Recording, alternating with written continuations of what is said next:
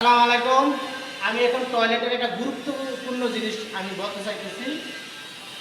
এটা আপনারা দেখবেন, মনোযোগ দিয়ে শুনবেন। যেমন এই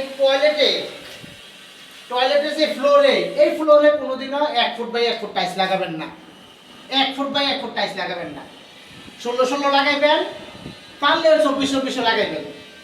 কারণ কি, আপনার যত বড় লাগাইবেন তত এই জয়েন্টগুলো কম হবে, আর যত ছোট লাগাবেন তত এই জয়েন্টগুলা বড় হবে। আরেকটা জিনিস খেয়াল রাখতে হবে, টয়লেটের ফ্লোরে যে এই জয়েন্টগুলো আছে, এই জয়েন্টগুলো মিনিমাম 2 মিলি ফাঁক রাখতে হবে।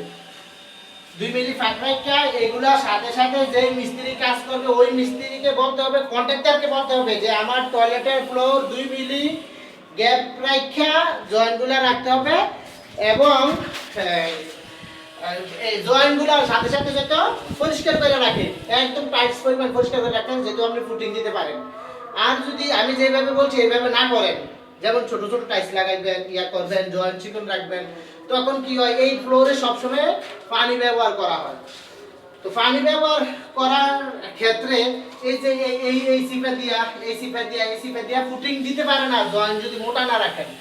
ফুটিং না দিতে পারলে তখন কি হয়, ওই ফুটিংটা উঠে যায়, এদিক দিয়ে পানি লিক করে আস্তে আস্তে পানি লিক করে এই নিচের মশলাটাকে ড্যামেজ করে, পরে আপনার ওই রুমের ওই সাইড দিয়েও মশলাটা দেয়ালটা ড্যামেজ হয়ে যায়। দেখা গেছে রং বুট হইয়া এই রং নষ্ট হয়ে যায়, দেয়াল নষ্ট হয়ে যায়, আস্ত ফইরা যায়।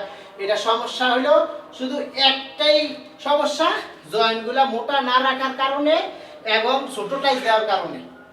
মিনিমাম 16 টাইলস দিতে হবে, দিলে আরো একটা লাভ, 16 টাইলস দিলে এই যে জয়েন্টগুলো কিন্তু কালো হয়ে যায়। অ্যাভেলেবেল আপনি 2 মাস ব্যবহার করার পরে সবগুলো কালো হয়ে যাবো, বা ওই যে অফ হোয়াইট কালার হয়ে যাবো, ফান্ডি যে এটা কালার পরে শ্যামলা পরে ওই কালার, তো ওইটা দেখতেও আবার খারাপ দেখা যায়।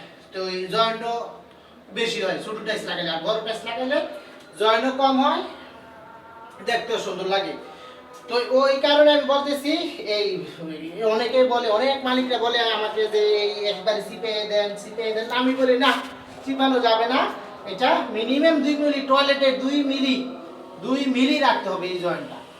2 মিলি না রাখলে আপনার সর্বোচ্চ 2-3 বছর পরে এই যে রুমের সাইডের দিক দিয়ে রং নষ্ট হয়ে যাবে, এই হয়ে যাবে, কেমিক্যাল লাগান, এই লাগান, সেই লাগান, এগুলো বলতে হবে। তো এই কারণে এই টয়লেটে এই জয়েন্টগুলো মোটা রাখতে হবে। আরেকটা কথা, এদিকে আইও, দেখেন এই যে এই এই ছিদ্রটা বরাবর, এই যে ফাইবের বরাবর রাখতে হবে। এই ছিদ্রটা ফাইবের বরাবর রাখতে হবে। ফাইবের বরাবর না রাখলেও এটা সমস্যা হয়, সেম সমস্যা। যেমন ওদিক দিয়া যাইয়া পানি আস্তে আস্তে ঢুকে লিক করে। আর ফাইবটা টাইলসের লেভেলে থাকতে হবে, আর না হলে সমস্যা। আচ্ছা, এই বলে আমি আমার ভিডিও এখন এখানে শেষ করতেছি। আবার পরবর্তী ভিডিও নিয়ে হাজির হব। আসসালামু আলাইকুম।